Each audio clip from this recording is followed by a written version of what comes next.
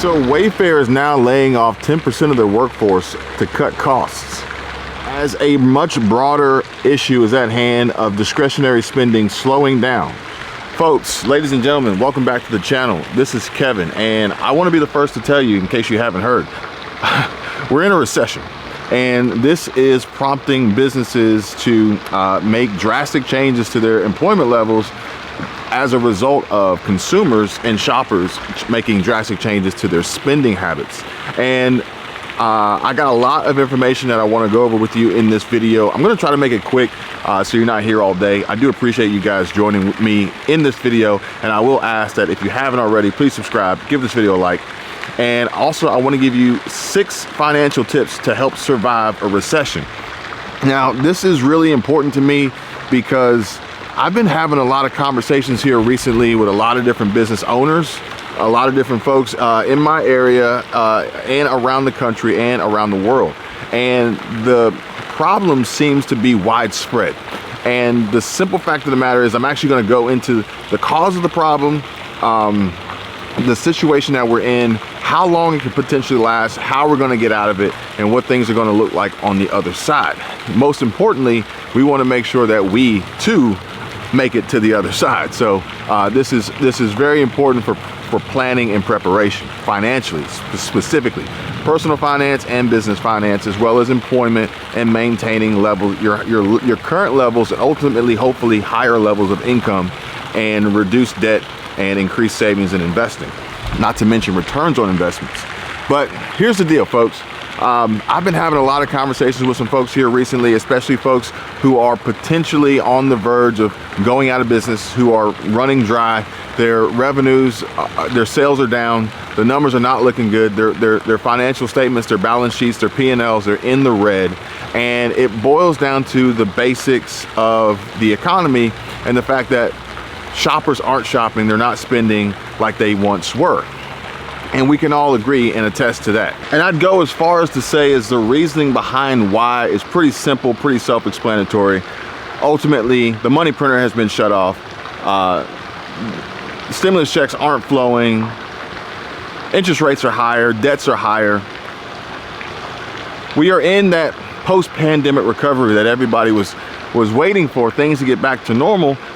And I think we're getting there, but now this new normal feels odd compared to what once was.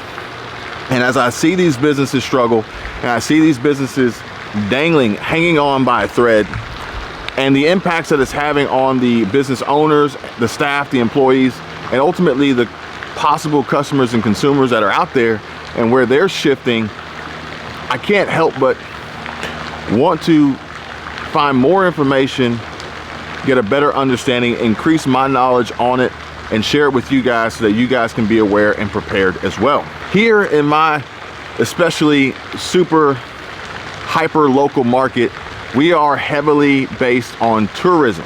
So times like now, January, middle of January, end of January, February, not until March, April, will we really start to see an influx of increased revenue. Possible increased revenue here as folks start heading and packing up for warmer weather and hitting the beach for spring break and summer vacation. But in the meantime, it's becoming increasingly more difficult for these businesses to weather the storm and carry this burden in the off season. So I want to share this with you. Warning, more layoffs are happening. And it says here that Wayfair is laying off 10% of workforce as part of a broader cost-cutting plan. And Wayfair is laying off workers as consumers become more selective about discretionary purchases and demand for home goods continue to weaken. Now, as we go into this, I'm going to break this down even further, but I do feel as though that specific industries and specific markets are going to feel greater pain than others. Wayfair is laying off workers as consumers become more selective about discretionary purchases and demand for home goods continue to weaken. And it says that the online home furnishings giant said it is laying off approximately 1,750 employees, representing 10% of its global workforce as of the end of 2022. And as part of its previously announced cost-cutting plan, Wayfair expects to save $750 million a year from the job cuts, including cash and stock-based compensation. So not only is this a warning for businesses, but this is a warning for employees as your employment is on the line.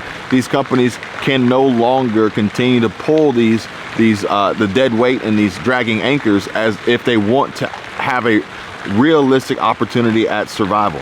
And it says that the company's total cost-cutting plan is expected to result in $1.4 billion in annual savings. And Wayfair said the plan is designed to eliminate management layers and reorganize to be more agile. So it says here in August, Wayfair, it was cutting about 870 jobs, or about 5% of its global workforce at the time. And now they have increased that to 10%. But folks, pay attention. If you are in management, if you're in a management role, you're going to be wanting to pay very close attention to the possibility of some bad news coming your way. This is not to scare you, this is not to create fear or anything like that. It's to inform and educate in case you are not aware. Now it says here that Wayfair faces challenges in 2022 as demand for home goods waned from early pandemic highs. A pullback in consumer spending on discretionary spending amid inflation has added to its problems. For its third quarter ending in September, Wayfair reported total net revenue of $2.8 billion, which was down 9% year over year, and active customers fell 22.6% to 22.6 million, ironically. The retailer's operating loss in the period grew to $372 million from $70 million, and the net loss grew to $283 million from $78 million. So what's even more concerning is that the company continued to carry a net loss regardless. And, you know, as we are in this recession and consumers are pulling back on their discretionary spending and slowing down on these purchases, especially non-essentials like furniture, then I'm going to find it very hard to see how these companies are going to continue to carry on with such huge loss, okay? Now it says here that discretionary spending slows, retailers try to make themselves essential. And I think that not only should the retailers do that, but we ourselves as individuals, as people, should do that as well. And it says that consumer spending is slowing down as people continue to grapple with rising costs, like if you agree. And it's sometimes hard to remember the weird C-19 lockdown days.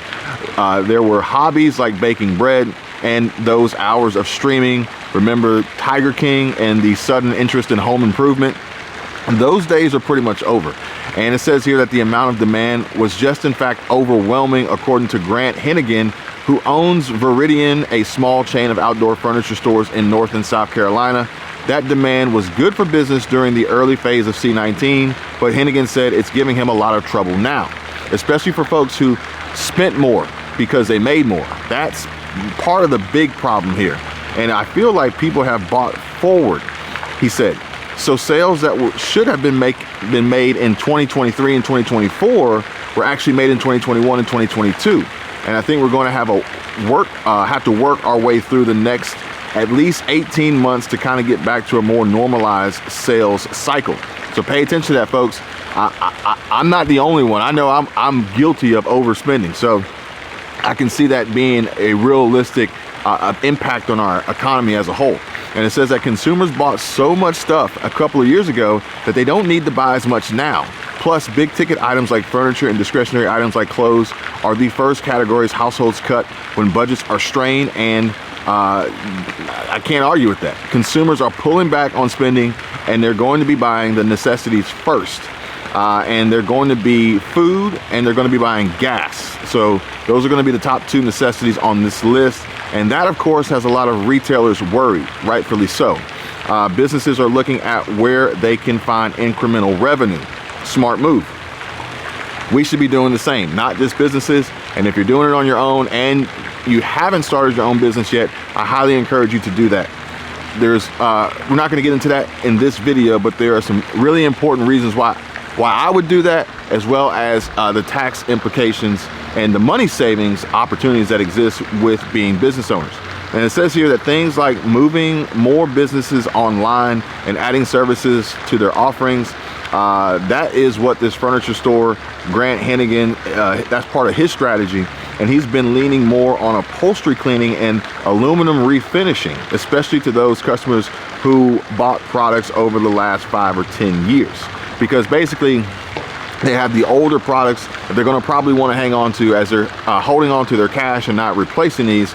So being able to maintain them, clean them, and refurbish them and make them look new again may be within their budget, especially when you think about it as if you let something deteriorate too bad, then you have to replace it. So it's better to maintain it instead of having it get down to becoming non-usable, and then you have to spend more money to replace it 100%. So with that being said, I want to talk to you guys about 6 ways to survive a recession, because ultimately that's the situation that we're in.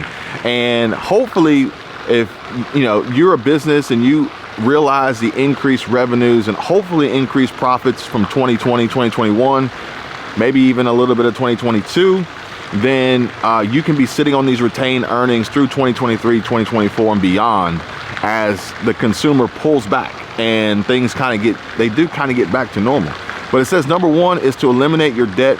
Debt often can't be avoided, but there are ways to reduce the amount of debt you have. And I strongly encourage that, folks. You guys know that is number 4 on my list of 5. And keep track of your monthly expenses. That's number 3 on my list, the budget. And it says here, look for part-time employment. So that would fall into number 1 on my list. And also educate yourself on personal finance. That's why you're here. That's why you're watching. Hopefully that's why you're subscribed. And identify community resources as well. We need to help each other in this process. And also, last but not least, avoid taking on someone else's debt. So these are all staples in my top 5 for providing financial security and surviving, in general. Literally, if you follow these 5 basic principles, you cannot lose. Earn more money, spend less than you make, budget, make sure you know where every dollar's coming and where every dollar's going before it ever happens, eliminate high interest debt, and save and invest. Pretty much what it boils down to. But, honestly, in my opinion, I think that with food being on top of the list for the necessities that consumers are going to be spending their money on, I find it very ironic that most of those in the food-related food service industry are the ones that are telling me that they're having problems. And part of the problems lie in the extreme increase in costs, especially with rent.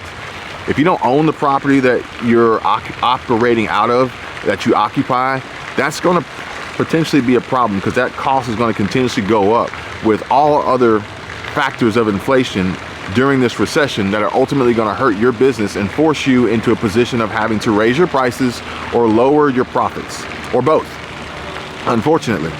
And as well as the labor component, where people just don't really want to go to work, which makes it harder to operate these food service based industries, which then make consumers not want to go because they're getting lesser quality service for the higher price they're paying for the food, which is ultimately this never ending cycle of demise that these restaurants and food based businesses are going to experience.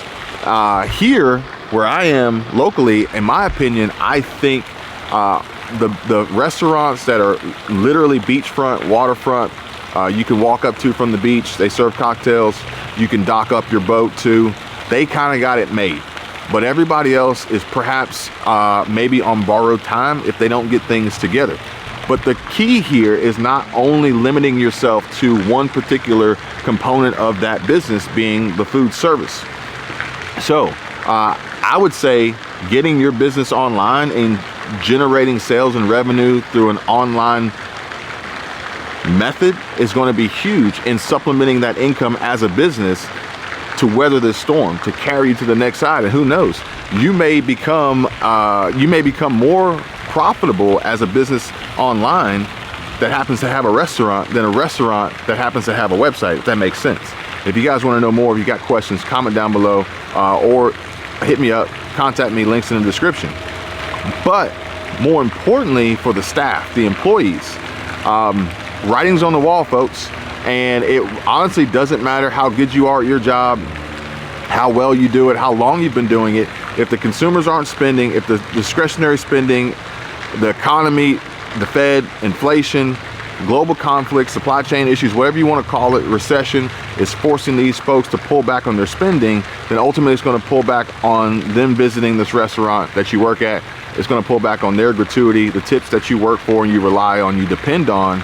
And it's going to be very important that you position yourself so that you don't fall off that cliff if the company, the business that you work for goes under because of all these added costs, with the simple fact that we have documented proof that consumers are pulling back, discretionary spending is being reduced, and the dollars just aren't flowing like they once were. And we almost have to get through this hangover period, which could last a couple, 3 years before we see things kind of level out. But that level out could be businesses on the decline and going out of business in that process as we level out, because we have overindulged in spending and in operations during this height. And once things open back up, people were rushing out there to get back to work. So we saw a huge investment in these areas because people had been pent up and locked down for so long. It's like, all right, we're out, we're ready to go. We got some stimulus check money. We got low interest. We're ready to spend. So, businesses try to keep up with that. But the name of the game, folks, is going to be sustainability. The name of the game is going to be lowered costs and lower overhead. And that's for new businesses and existing businesses. And with that being said, for existing businesses, they're going to make cuts. Odds are these cuts are going to come in the form of layoffs and terminations and people getting fired. And we need to be aware of that, we need to know that, and we need to be prepared for it. Let me know if you got any questions. I will continue to bring you guys more updates, future updates. If anybody is being affected by these Wayfair layoffs or any other announced mass layoffs, or maybe unannounced mass layoffs that isn't quite hitting the news yet, please comment, let me know, and I'll continue to bring you guys updates, as well as let me know if you want more tips on how to combat these challenges and how to survive a recession, how to make money in a recession, how to build wealth in a recession, and how to get started as a beginner if any of this is just like 100% new to any of you guys out there, and you're finally catching hold and thinking to yourself, yes, I do need to take action. Now is the time. I should have done this sooner, but I don't want to wait any longer. Please let me know. You guys take care, be safe. I'll see you in the next one. Bye.